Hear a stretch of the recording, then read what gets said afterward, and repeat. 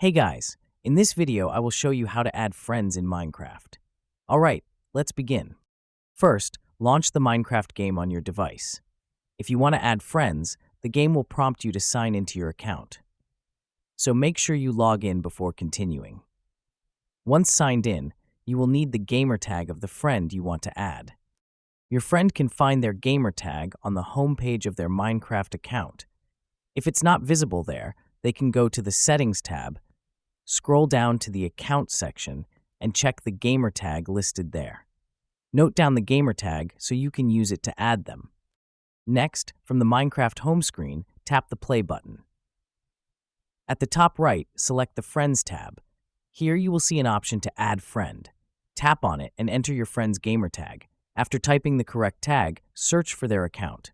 When their profile appears, tap on the Add Friend button. So, that's basically how you can add friends in Minecraft.